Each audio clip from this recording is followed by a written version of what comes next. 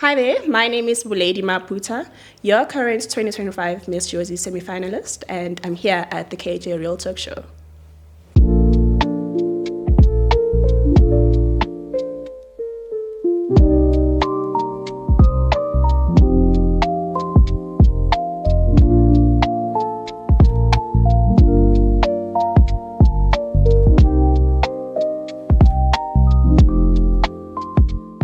What would you choose, pageantry and swimming, actually? What would I choose between those two? Yeah. Those are two things that are close to my heart, but One has to go. one has to die. Yeah. I'm likely to let go of swimming, Okay. and that's because with swimming, it's something that I can sort of say it wouldn't necessarily give me much. What is this? Comfort with the impact that I ideally would want to make. I'm Yeah. one person that would love to see myself making an impact, and through swimming, obviously, it's something that I wouldn't really be able to make an impact. Yeah. So hence, I would definitely lean towards pageantry because I can do so much with Or pageantry. pageantry. Makes sense. But you're making me choose something. But no, I'm Yeah. likely to let go of swimming. Yeah. Yeah. Okay. But I can still go on and have other hobbies outside that, right? Yeah. Welcome to the KJ Real Talk Show, and thank you for honoring the invitation. How are you doing? I'm doing well, thanks. How are you? I'm good. We want to talk about your journey, Miss Jozi. You're a semi-finalist, right?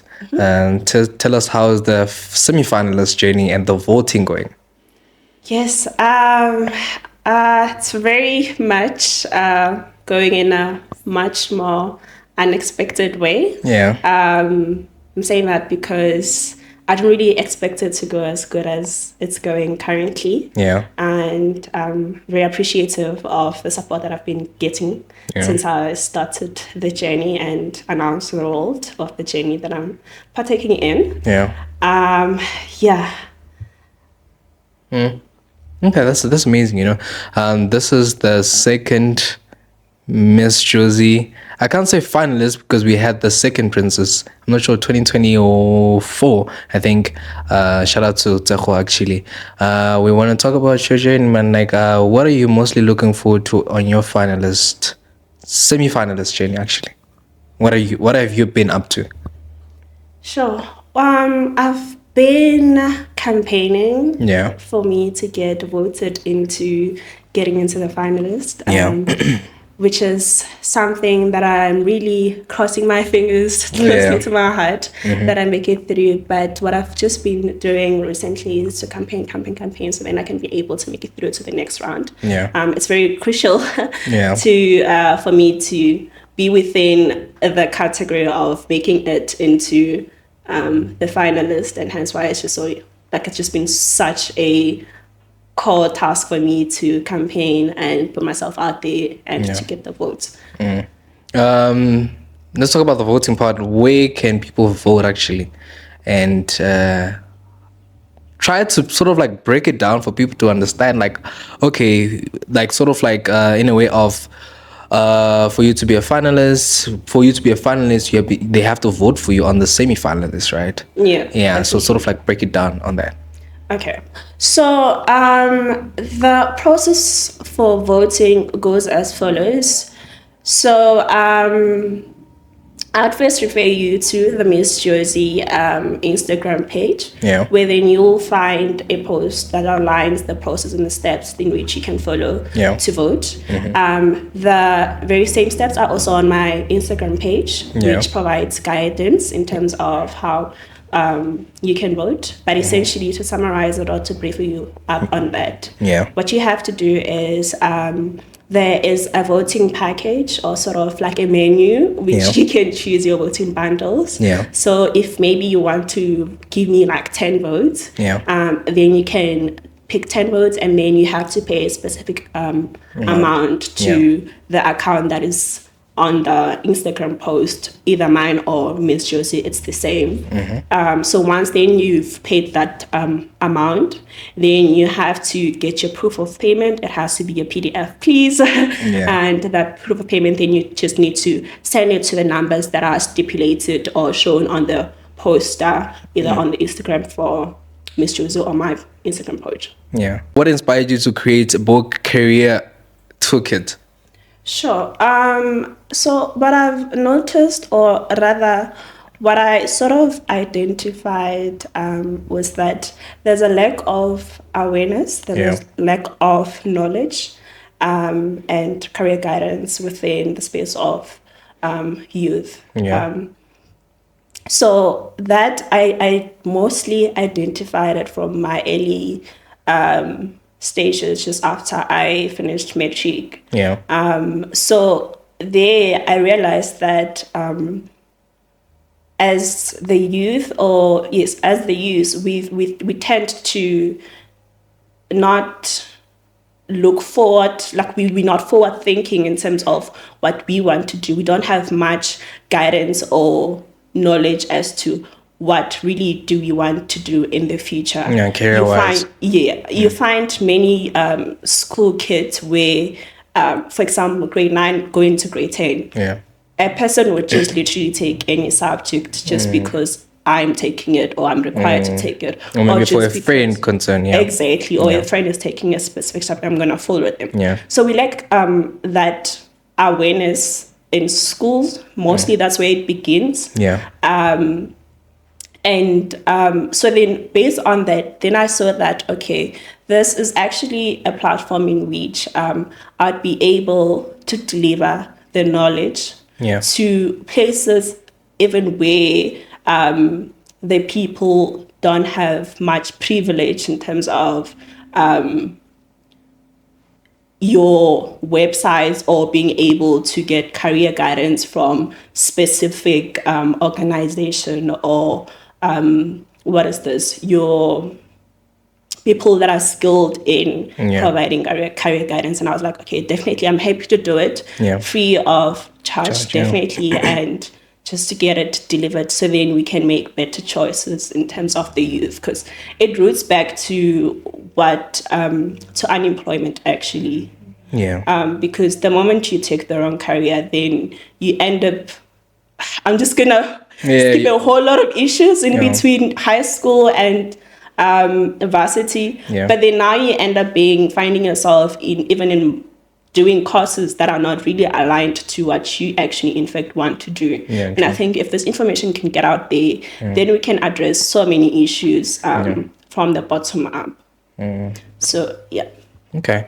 Can you share a particular impactful story or experience that shaped your approach to career development and education? Sure. So how I approach that is through education and conversation. I think if we are able to bring this information and awareness to the youth, and also if the youth is able to get somebody that will speak sense into them and try to, I don't want to say persuade them into making the right choices, but to sort of enlighten them into the right direction, guide them into the right direction. That is one way in which we can sort of address the root cause of many problems that we're having, but it's mostly within, or the approach that I follow is through conversation and education, standing out there in front of this youth and delivering information that I believe can make a positive impact into how they think and the decisions that they make, essentially. So what are some challenges that you've been facing as a Miss Josie semi-finalist? Sure. The challenges that I've been facing with the Miss Josie finalist process so far, it was that it is a bit difficult for me to persuade somebody to actually vote for me. And I think it's mostly because the voting process is through a monetized process where somebody has to take out money. Yeah. Yes, they definitely hear my story in terms of what I'm saying, my reason, my why, and my purpose for being or wanting to be a Miss Jozi finalist, and hence why they need to vote for me. Yeah. That is very clear. And I think with the people that I've interacted with, they're very much, they hear my story. Yeah.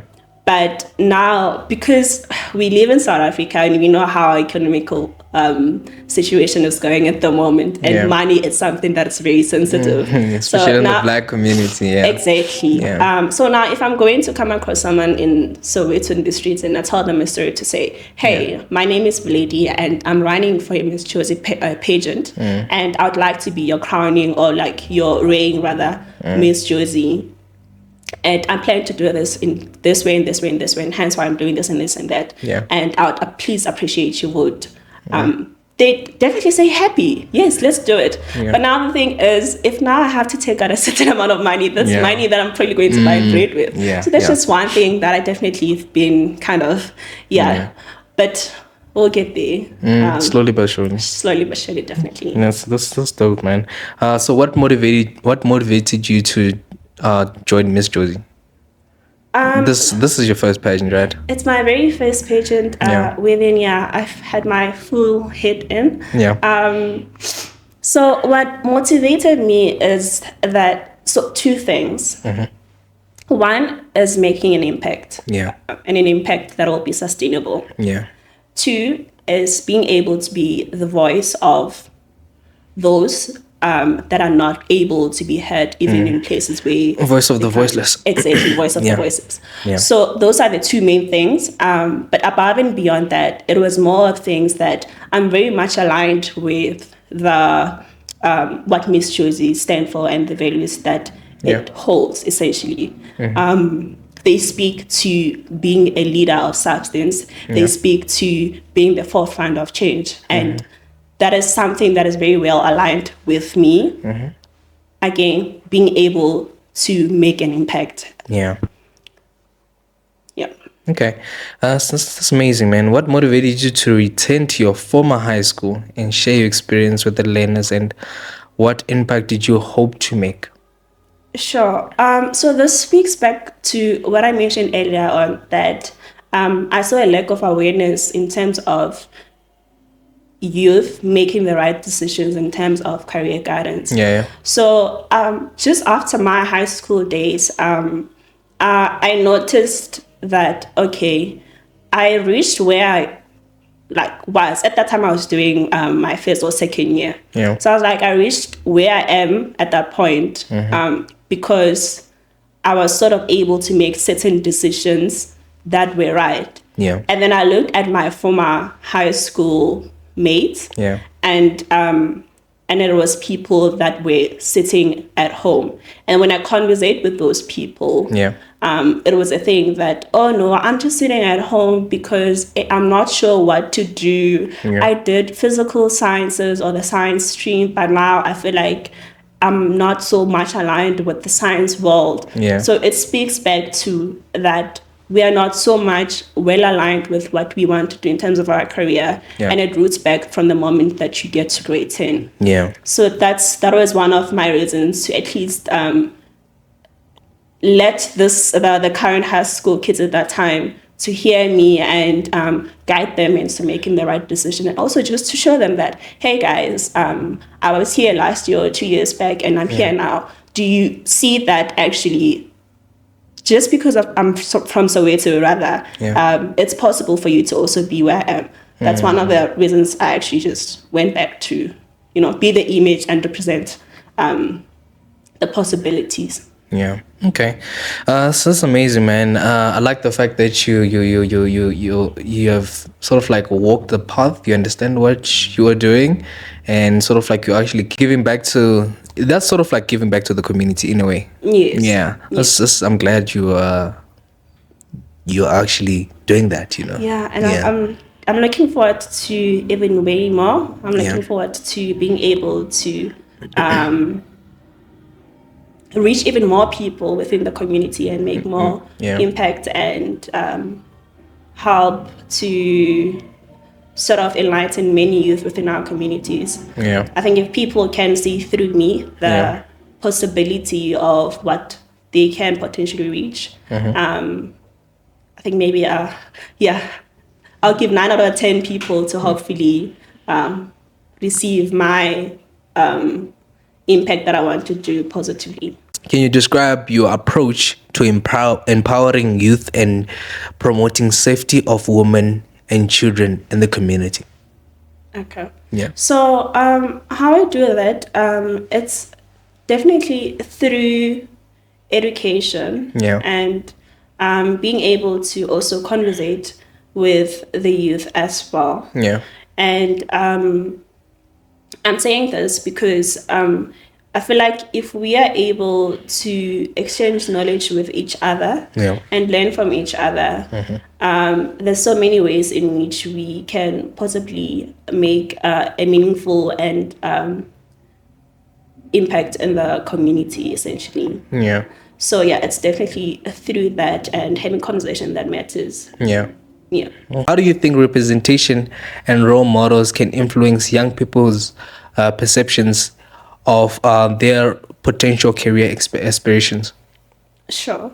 How I look at that, so firstly, representation to me, it means being able to show the possibility. Yeah. Being able to stand there and through and another person being able to see through you that there is a possibility.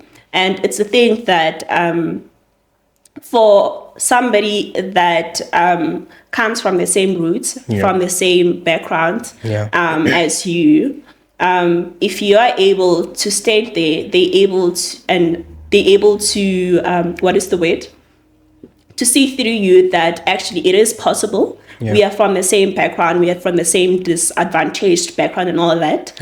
But I can see through you that it is possible. And which is why I am very close to making sure that I go to places that matters. I go online and I definitely give effort into making community initiative. So then I'm able to stand there to show to the kids from our community that it is possible regardless of where you come from. And definitely it's just more of a thing that I would happily like to be a mirror in which they can go and reflect to see that, okay, actually it is beyond possible above where I come from. That's amazing. Can you share your passion for swimming actually? Sure, that's very interesting. That's very I think it developed quite quickly because how I started it was just a thing of I want to actually start doing this and explore how that goes. And the thing is, I don't have much hobbies in the previous years. So I was like, okay, swimming is definitely something that I could do. I'm not good at running. So I was like, okay, swimming is something that will probably just ease my mind and I don't need to give much effort into it. And so I was like, okay, let's do it. And the other thing is that I didn't know how to swim. So it started there as well. So the moment then I started getting the hang of it, then I was like, okay, I'm actually enjoying this and I see myself doing this as frequent as possible. And the feeling after you actually take swimming, it's very good. Like it's like you just release a whole lot of things in the water and then keep it moving. The funny part is one of the guests that I had, she's actually going for international pageant. One of the requirements is that you need to know how to swim. So I'm thinking about it now, like I feel like you're in a good position now. Give me a second. You're in a good position to actually go for international pageants. Ready. Let's go, guys. But sky's the limit. Like what's I don't know, what's next after Miss Jozi? Sheesh.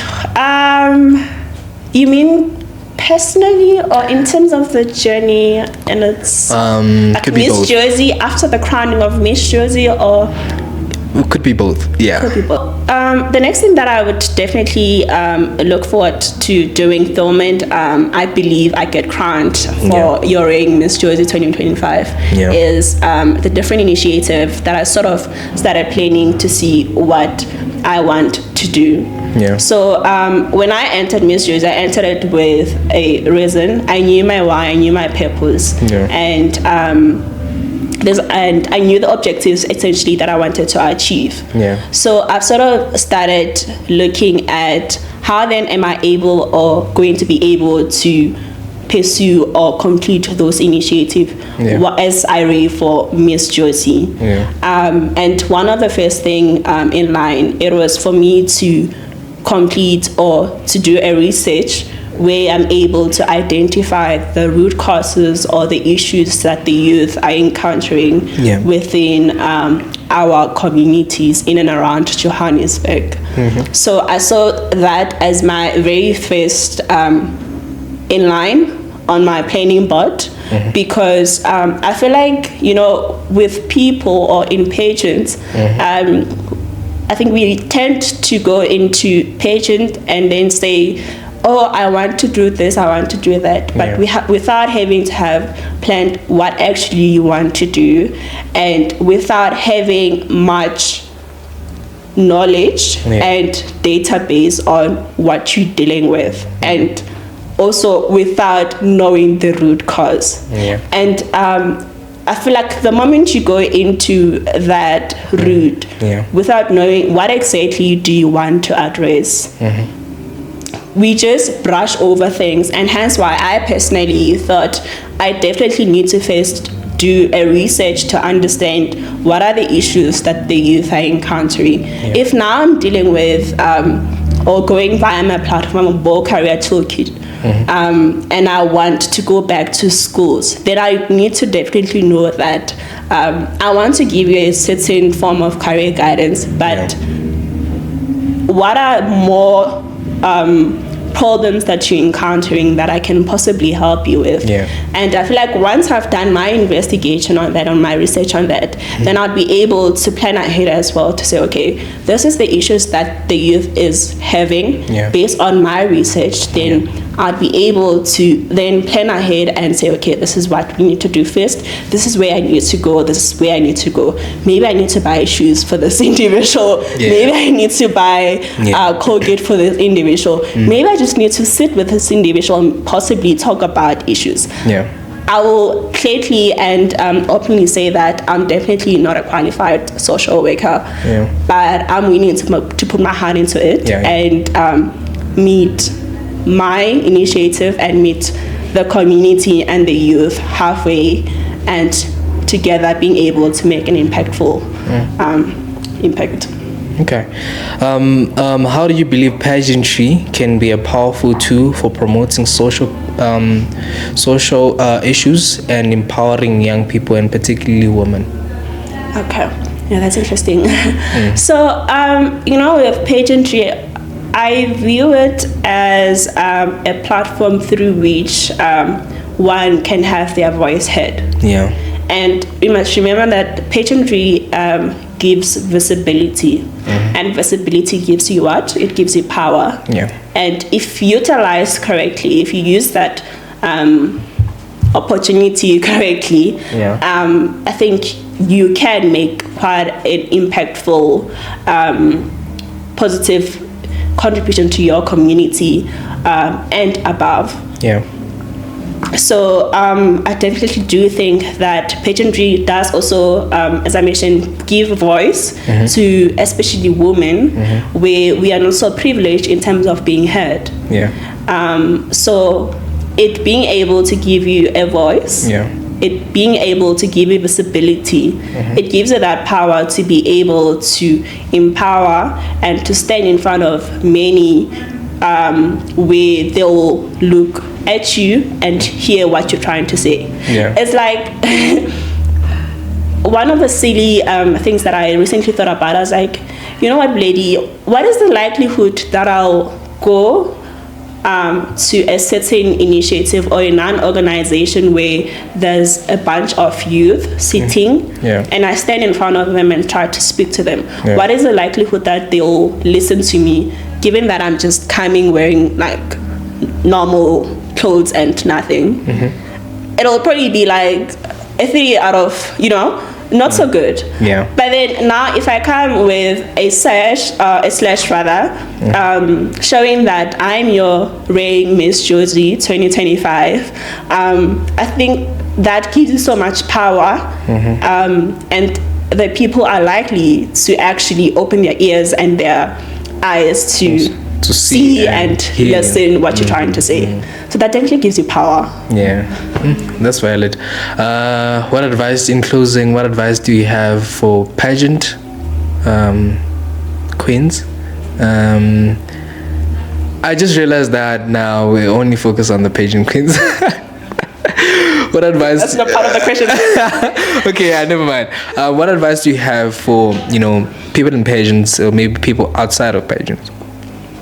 Sure. My advice to pageant queens and to people outside of pageant is that to take it easy on themselves. I think we, as women, we are human rather. We tend to focus so much on the problems that we have and forget to take it off our minds and ourselves, basically.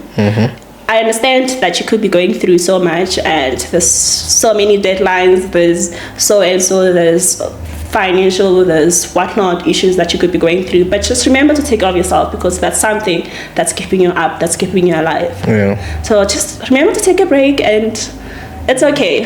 It's okay. You'll get there eventually, but just take it easy on yourself. Don't be too hard on yourself as well. Okay, that's amazing, man. Where can people find you if they want to do community work and they want to collaborate with you? Where can people catch you? You can find me at Instagram. It's Kana _B. And otherwise, I'm happy for you to reach out to me when you see me in the streets. Please reach out to me and say, Boledi, you said you're gonna give us some guidance. Boledi, you said you're gonna do this. When are you coming? Please stop me and let's talk about it. Happy to assist. Thank you so much, man, for coming and honoring the invitation. Wish you all the best. Hoping to see you with the crown. Definitely. I'm very honored to be here. Thank you so much for inviting me as well. Your pleasure. If you want to be part of the KJ Real Talk podcast and create healthy and healing conversation, make sure you hit me up, TheKJRealTalk@gmail.com. Don't hesitate to come in here through conversation. See you on the next episode.